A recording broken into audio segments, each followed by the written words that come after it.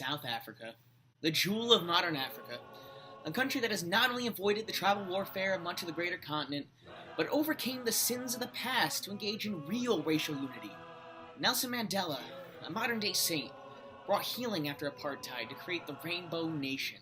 The country brought its historically underprivileged to a state of privilege without hurting the economy, showing that social justice could be successfully achieved in a modern state.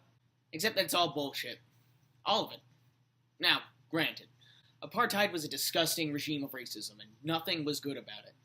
But this modern experiment of new leftist thought, social justice, and swinging the pendulum is failing the country, and its continued course can only result in bankruptcy, violence, and inevitable genocide.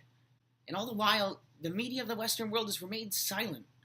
And here we'll explore how Africa's greatest experiment in Western society was destroyed, hailed as victory by the media, kept silent as cracks appeared, and left to take the potentially inevitable future that many are predicting. So why don't I buy the Rainbow Nation that Nelson Mandela and his ruling ANC, or African National Congress Party, supposedly established?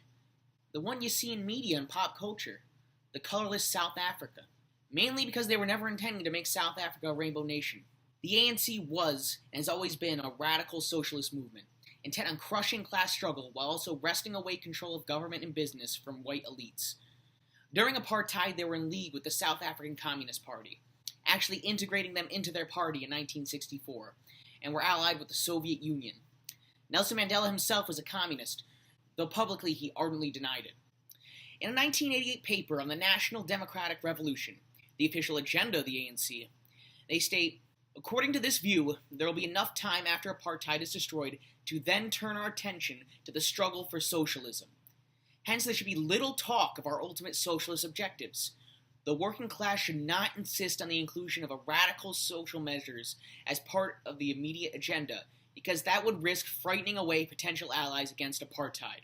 And also, by rejecting class alliances and going it alone, the working class would in fact be surrendering the leadership of the national struggle to the upper and middle strata. This would become the shortest route towards a sellout, reformist solution in a purely capitalist post-apartheid South Africa, under the hegemony of a bourgeois-dominated black national movement.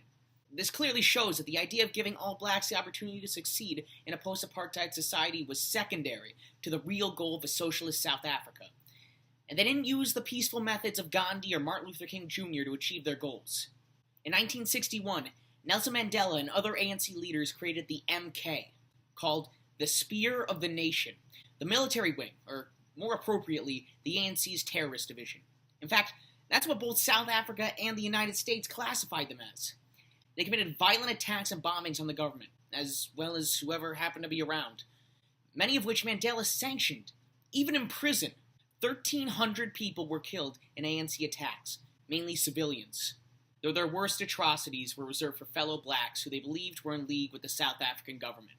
A sadistic form of execution called necklacing was developed, in which victims had kerosene-soaked tires put around their neck or shoulders and were lit on fire. It became so popular that Nelson Mandela's own wife advocated for such atrocities to take place. And of the nearly 700 blacks murdered for conspiring with the government, half of them would be subjected to the godforsaken tool of death. But none of their methods, questionable at best, horrifying at reasonable, affected the ANC's rise to power, as Nelson Mandela's release from prison in 1990 and the subsequent ending of apartheid jettisoned the ANC to nationwide support, if at a foreboding price. The negotiations ending apartheid in 1990 to the election of Nelson Mandela in 1994 served as a concerning foreshadowing of things to come. Black political parties engaged in frequent massacres of other parties. ANC gunmen shot from office buildings. Inkatha supporters pulled pistols and fired from the ground.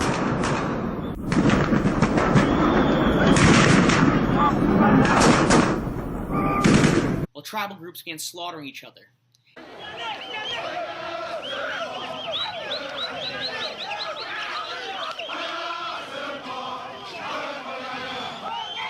And angry militias began taking out their anger on whites, slaughtering them in kind.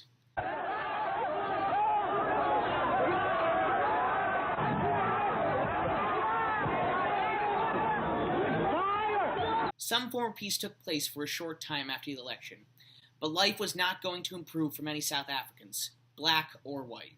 The main issue of post-apartheid government was to redistribute the workforce in order to get blacks in economic power. Socialist programs poured out to help the black majority succeed. Public offices purged, affirmative action quotas put in place, farmland purchased for black use, massive welfare programs enacted, healthcare declared a right, and education overhauled to help underprivileged children. Not immensely out of place in any modern left-leaning countries. There was just one problem. The South African government had neither the money or the means to successfully implement their new programs. Government-plotted farms failed to provide black farmers with tools or fertilizer, leaving the land as present garbage dumps. Education has crumbled, as unions and corruption have forced huge sums of money to pour into schools to create horrible environments where teachers are unprepared and sometimes even less knowledgeable than their students. Few stay in school through graduation. Welfare has grown to astronomical proportions. Currently, only 11 million South Africans pay taxes, while the remaining 46 million receive some sort of welfare payment.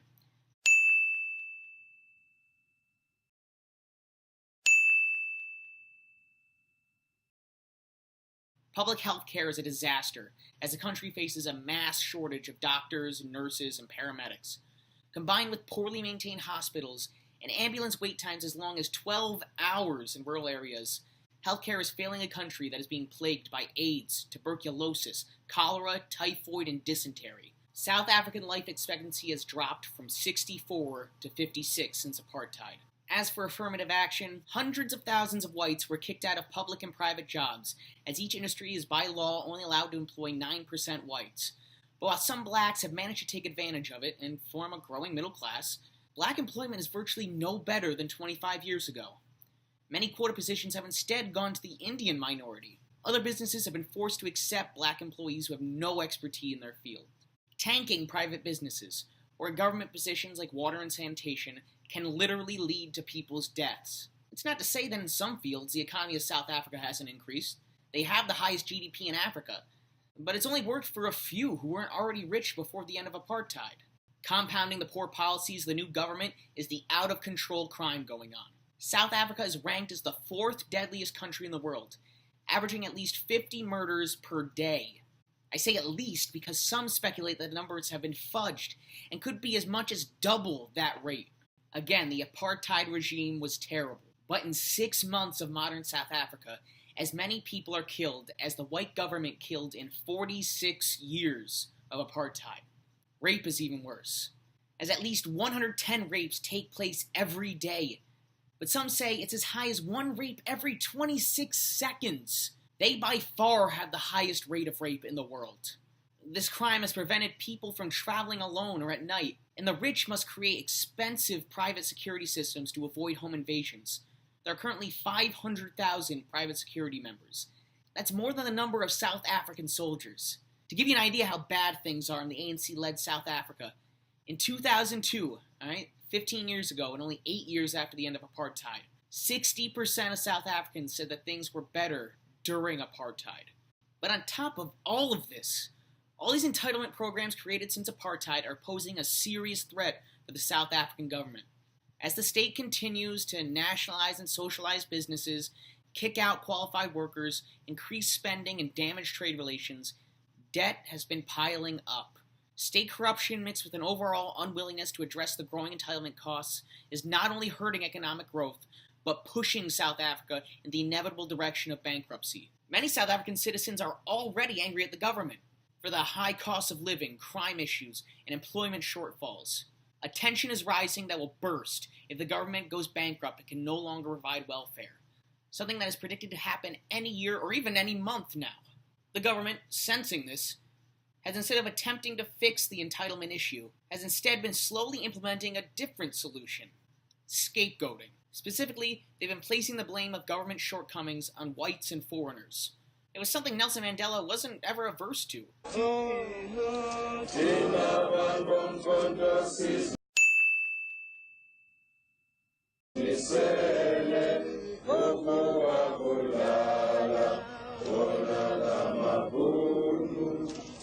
While it's true that Mandela didn't subject the white ruling class to the expulsion and retribution that his Zimbabwe neighbors did, It didn't mean he would go out of his way to end any reverse racism or xenophobia, and it's been getting worse every year since apartheid ended. Foreigners are usually forgotten, but they receive an unworthy amount of hate by the people of South Africa, arriving from many other sub-Saharan African countries like Nigeria, Somalia, Rwanda, Mozambique, and Zimbabwe, along with Pakistanis as well. They see a better economic opportunity in South Africa than they see in their home countries, regardless of future dangers. Local and national politicians alike blame them for unemployment and crime, which, unlike America, leads to horrifying violence against them. Since the extreme riots of 2008, where over 60 immigrants were murdered by angry mobs of locals, violent protests have risen up to opportunistically attack foreigners. I lost everything. And then me too. You see there, the same fire. Especially those who commit crimes in South Africa. Vigilante mobs have even resurrected necklacing to torment and execute the people they deem their rivals. Equally as terrifying, though far more systemic, is the burning hatred and revenge taking place on white South Africans. And revenge is taking place. Since then, as stated earlier, scores of whites, especially among the working class, have been fired from their jobs and refused employment. In 2006, at least a quarter of whites were made unemployed. And God knows how many have been removed since. Across the country, white squatter towns have popped up, where people live in shacks with no plumbing, almost no running water, and constant food shortages. We have about 460 of these white squatter camps in South Africa. Out of the 4+ million white South Africans, over 1 million whites are living in these dire conditions, and the government is refusing to assist these people. While in the cities, many whites have been reduced to beggars, unsure of whether they will live or die each day. Ik heb met mijn bout gestampt. Mijn knieën is iets nog steeds blauw. Zo. En ik ga zo geval. Ik rol net zo weg. Ik heb die lorry se wiele so ver van my afgesien vir my. Ek sou bevry gewees het van hierdie lewe. Hierdie helse lewe. Admittedly, they aren't much different from the black poor and black shanty towns, whose unemployment is equal to whites, but it shows the mass disenfranchisement of whites that needed to take place in order to enact social justice, which we already discussed did little good to black communities. But the more gruesome reality takes place among the more successful white farmers and businessmen. For years, the ANC have blamed successful whites for the faults of modern society. Watch the almost unreal video of current President Jacob Zuma singing the popular genocide song, Kill the Boer. Boer being a derogatory word for white South Africans, based off the original white settlers who called themselves Boers, or farmers. Sizobadubula, azobalega dubula, Hulipunu, uzogoshaya, uzobalega dubula. Hulipunu, sizogoshaya, uzobalega dubula. Yes, that is the military dancing along to his excitement of slaughter. And indeed, many have taken his call to arms. It's actually nothing new. The concurrent slaughter of white farmers since 1994 represents one of the least known ethnic cleansings in modern history. Being a white farmer in South Africa is literally the most dangerous job in the world, with a murder rate 4 times the already astronomical national rate.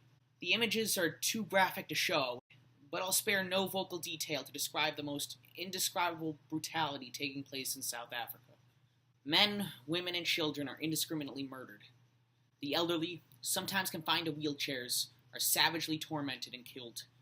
Tools like irons, power drills, and blowtorches are used to sadistically draw out the pain of their victims. Sometimes family members must watch the rape and murder of their families. Even babies are murdered, lit on fire, for the crime of being the wrong skin color. And the white slaughter isn't just confined to farms. The black majority will take advantage of any city situation to extract revenge on wealthier whites. The mass security numbers I stated earlier are to try to protect whites who during power outages, which are frequent, will be subjected to mass home invasions, tortures, and murders. We know it's largely outside forces committing these murders because whites, representing 9% of the population, commit 2 to 4% of crimes, meaning that white South Africans commit far fewer crimes than their demographics. The situation all around has become so bad that the South African government banned the disclosure of race at any homicide, hiding the reality. But estimates at 2016 put the number of racially motivated white murders at 70,000 since 1994.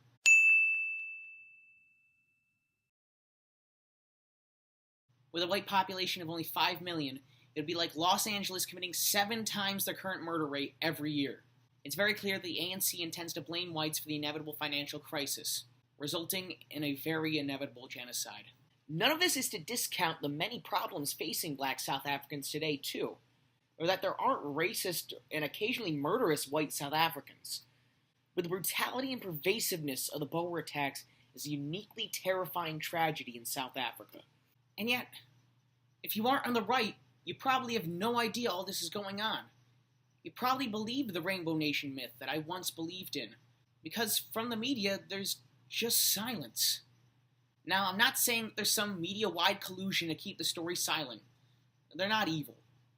But I think that there is a certain left mindset of oppressed and oppressor, and it's hard for them to believe that it could be white people that are the oppressed. Also, this story shows how the hallmarks of social justice can turn one wrong into another wrong. In search of group justice, they inevitably disenfranchise another group. Also, as is normal in cases of social justice, it did little, if anything, to help the people it sought to reimburse. The reality is that normally we don't have the capabilities to properly fix the errors of the past, beyond giving all of us the same opportunities to succeed. In the next major issue of social justice, let's really think if what we want will really be able to help, and who will have to suffer to make it a reality. And please, look into the Boer farmers of South Africa. They really do need the attention and help. I'm Ben Sano, the elephant in the room. I hope you liked this video. Please like and subscribe. Thank you.